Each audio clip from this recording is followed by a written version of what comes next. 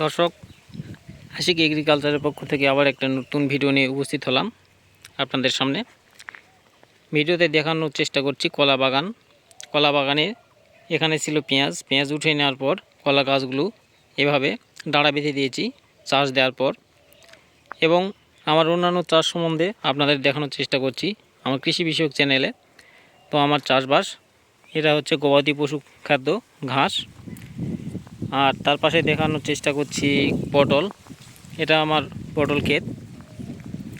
তো বছরের প্রথম পটল গাছ এটা, এবং পটলগুলো আশানুরূপ ফল পাচ্ছি।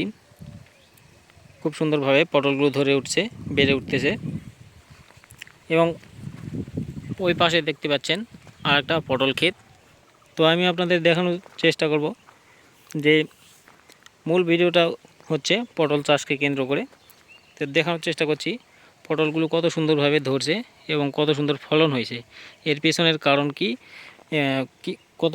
কিভাবে এত সুন্দর ফল ধরালাম এবং এর পরিচর্যা কি, তো সে সম্বন্ধে আমি আপনাদের দেখানোর চেষ্টা করছি, জানানোর চেষ্টা করছি। দেখুন দর্শক, এই যে পটলগুলো অনেক সুন্দর ধরে আছে জানলার নিচে, ক্রমান্বয়ে দেখতে পাচ্ছেন অনেক সুন্দর। কিন্তু পটলগুলো আগে দেখাই, তারপরে আমি কিছু কথা বলবো। এই ভিডিওর মাধ্যমে আপনারা শিখতে পারবেন পটল চাষ সম্বন্ধে, যে কীভাবে এত সুন্দর পটল ধরানো যায় গাছ থেকে, এত সুন্দর ফল পাওয়া যায়। গাছগুলো আমার লক্ষ্য করেন, গাছগুলো কিন্তু অনেকটাই সতেজ এবং পাতাগুলো বড় বড়, এবং পটলগুলো সাইজ ভালো। পটলের পাতা যদি আপনারা এরকমভাবে রাখতে পারেন তাহলে আপনাদেরও কাঙ্ক্ষিত পরিমাণ ফল পাবেন।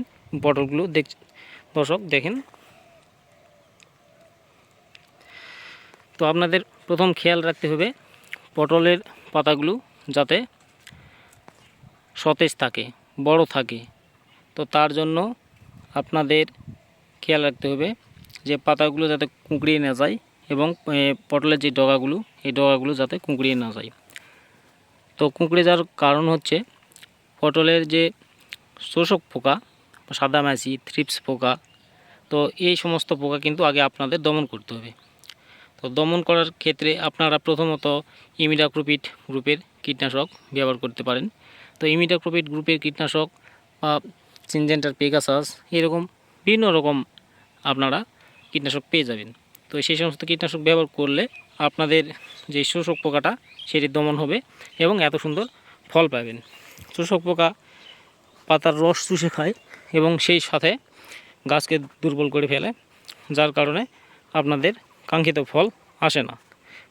ফল ধরতে যে পরিমাণ ভিটামিন দরকার, যে পরিমাণ গাছের খাদ্য দরকার, পুষ্টি দরকার, সেই পুষ্টিটা আসলে সেই পোকাগুলো চুষে খেয়ে ফেলায়, যার দরুন আপনারা কাঙ্ক্ষিত ফল পান না। তার জন্য এটা করতে হবে। আর দ্বিতীয় আরেকটা কারণ হচ্ছে অনেকের গাছে দেখবেন অনেক ফুল ধরছে, অনেক ফুল কিন্তু ফল নাই, অসংখ্য পরিমাণ ফল নাই, ফল ধরে না বা হয় না। তো সেই ক্ষেত্রে আমি বলবো যে আপনাদের পরাগায়নের অভাব। এই ফুল খেতে যে সমস্ত চাষবাস আছে, এই সমস্ত চাষবাসে মেন ভূমিকা রাখে পরাগায়ন। পরাগায়ন হচ্ছে কি, একটা পুরুষ ফুল এবং মহিলা ফুল। পুরুষ ফুলে মৌমাছিরা বসে এবং ওই মৌমাছি যায় আবার যখন স্ত্রী ফুলের উপর বসে, তখন সেই পুরুষ ফুলের ছোঁয়া লেগে সেই ফুলটা পরিপূর্ণ হয় ফলে। তো এটাই হচ্ছে পরাগায়ন। তো আপনারা কী করবেন, তো ইদানিং আসে কীটনাশকের ব্যবহার বেড়ে যাওয়ার কারণে সেই সমস্ত বন্ধু পোকা বা মৌমাছি নেই বললেই চলে, যাতে করে পরাগায়ন সঠিকভাবে হতে পারে না এবং এভাবে কাঙ্ক্ষিত পরিমাণ পটলের ফল আসে না। তার জন্য আপনাদের করতে হবে পুরুষ ফুলগুলো আপনারা তুলে নেবেন। আগে সকালে ঘুম থেকে উঠে প্রথম আপনাদের কাজ হবে পুরুষ ফুলগুলো তুলে নেবেন। নেওয়ার পর জাংলাতে আপনাদের একটু কষ্ট করতে হবে, সকালবেলা উঠতে হবে। ওঠার পর পুরুষ ফুল তুলে নেওয়ার পর ফুলগুলো মাদ্রি ফুল যেগুলো আছে সেই ফুলগুলোকে স্পর্শ করাতে হবে। একটা করে পুরুষ ফুল দিয়ে 7 থেকে 8টা মেহেদি ফুল বা মহিলা ফুলকে স্পর্শ করাতে হবে, তাহলে সেই ফুলটা পরাগায়ন হয়ে যাবে এবং এভাবে পটল ধরতে লাগবে।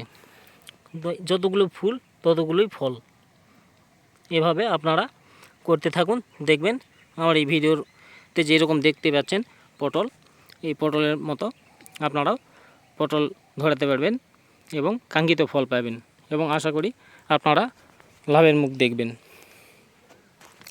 তো আরও একটা বিষয় খেয়াল রাখতে হবে যে মাটির যে পটল গাছের গোড়া আছে সেই গোড়ার মাঝে দেখবেন গিট পর্যায়, মানে পটলের যে শিকড়গুলো আছে শিকড়গুলো গিট হয় বা গোল ডিম্বাকৃতি হয়।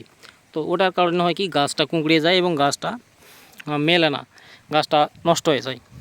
এর প্রতিকার হিসেবে আপনাদের ফুরাডান বা দানাদার কীটনাশক যেটা আছে মাটিতে দিতে হবে।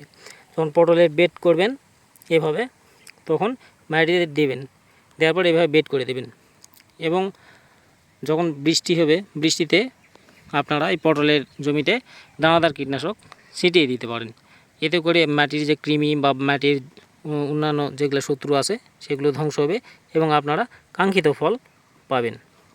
তো আজ এ পর্যন্তই, আবার সামনে অন্য কোনো ভিডিও নিয়ে দেখা হবে। ধন্যবাদ, ভালো থাকবেন। আর আমার চ্যানেলের ভিডিওগুলো নিয়মিত দেখতে আমাকে সাবস্ক্রাইব করে পাশে থাকবেন।